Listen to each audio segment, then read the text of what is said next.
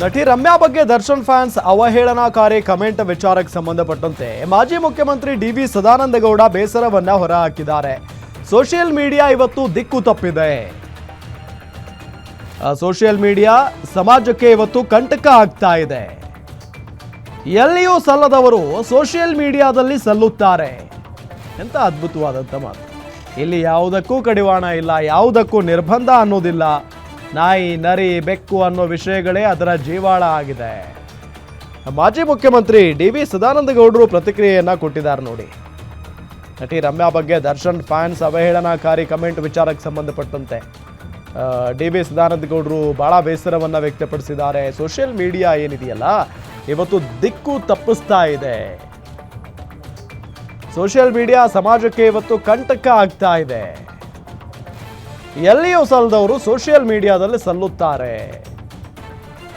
ಇಲ್ಲಿ ಯಾವುದಕ್ಕೂ ಕಡಿವಾಣ ಇಲ್ಲ, ಯಾವುದಕ್ಕೂ ನಿರ್ಬಂಧ ಇಲ್ಲ ಅನ್ನೋ ನಿಟ್ಟಿನಲ್ಲಿ ಮಾತನಾಡಿದ್ದಾರೆ. ಸರ್, ಈಗ ಸೋಷಿಯಲ್ ಮೀಡಿಯಾ ಅಂತ ಹೇಳಿದ್ರೆ ಅದು ಬೆಕ್ಕು, ನಾಯಿ, ನರಿ ಎಲ್ಲವೂ ಕೂಡ ಸೋಷಿಯಲ್ ಮೀಡಿಯಾದಲ್ಲಿ ತಮ್ಮ ಪ್ರಭಾವಗಳನ್ನು ಬೀರುವಂಥದ್ದು, ಇನ್ನೊಬ್ಬನ ಚಾರಿತ್ರ್ಯವಧ ಮಾಡುವಂಥದ್ದು. ಇದು ಇವತ್ತಿನ ಸೋಷಿಯಲ್ ಮೀಡಿಯಾ ಅಂತ ಹೇಳಿದರೆ ಏನು ನಾನೇ ಕೂತ್ಕೊಂಡು ಬರೆಯೋದಲ್ವಾ? ನೀವೇನು ಪ್ರಶ್ನೆ ಕೇಳೋದಿಲ್ಲಲ್ಲ. ನಾನೇ ಕೂತ್ಕೊಂಡು ನನಗೆ ಖುಷಿ ಬಂದಾಗ ಬರೆದು ಬಿಡೋದು. ನಿಮ್ಮನ್ನು ನೋಡಿದರೆ ನಮಗೆ ಸ್ವಲ್ಪ ಹೆದರಿಕೆ, ಏನಾದ್ರು ಬೇರೆ ಒಂದು ಪ್ರಶ್ನೆ ಕೇಳಿದಿರಾ ಅಂತೇಳಿ. ಸೋಷಿಯಲ್ ಮೀಡಿಯಾದಲ್ಲಿಲ್ಲ.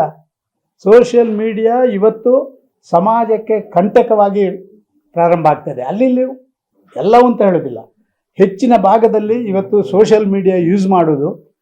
ಬೇರೆ ಎಲ್ಲಿಯೂ ಸಲ್ಲದವರು ಅಲ್ಲಿ ಸಲ್ತಾರೆ, ಎಲ್ಲಿಯೂ ಸಲ್ಲದವರು ಸೋಷಿಯಲ್ ಮೀಡಿಯಾ. ಇವತ್ತು ಸೋಷಿಯಲ್ ಮೀಡಿಯಾದಲ್ಲಿ ನಿಮ್ಮ ಈಗ ಬಂದಂಥ ಸ್ಟೇಟ್ಮೆಂಟ್ಗಳು, ಈಗ ನಾನು ಕೊಟ್ಟಂಥ ಸ್ಟೇಟ್ಮೆಂಟ್ಗಳು, ಇದರಲ್ಲಿ ರೈತರು ಆರ್ಗ್ಯಾನಿಕ್ ಹೋಗಬೇಕು, ರೈತರು ನ್ಯಾನೋ ಯೂಸ್ ಮಾಡುವುದರಿಂದ ಹೆಚ್ಚು ಒಳ್ಳೆಯದಾಗ್ತದೆ, ಇದನ್ನೆಲ್ಲ ಯಾರು ಹಾಕ್ತಾರಾ? ದುರಂತ ಸರ್ ಇವತ್ತು.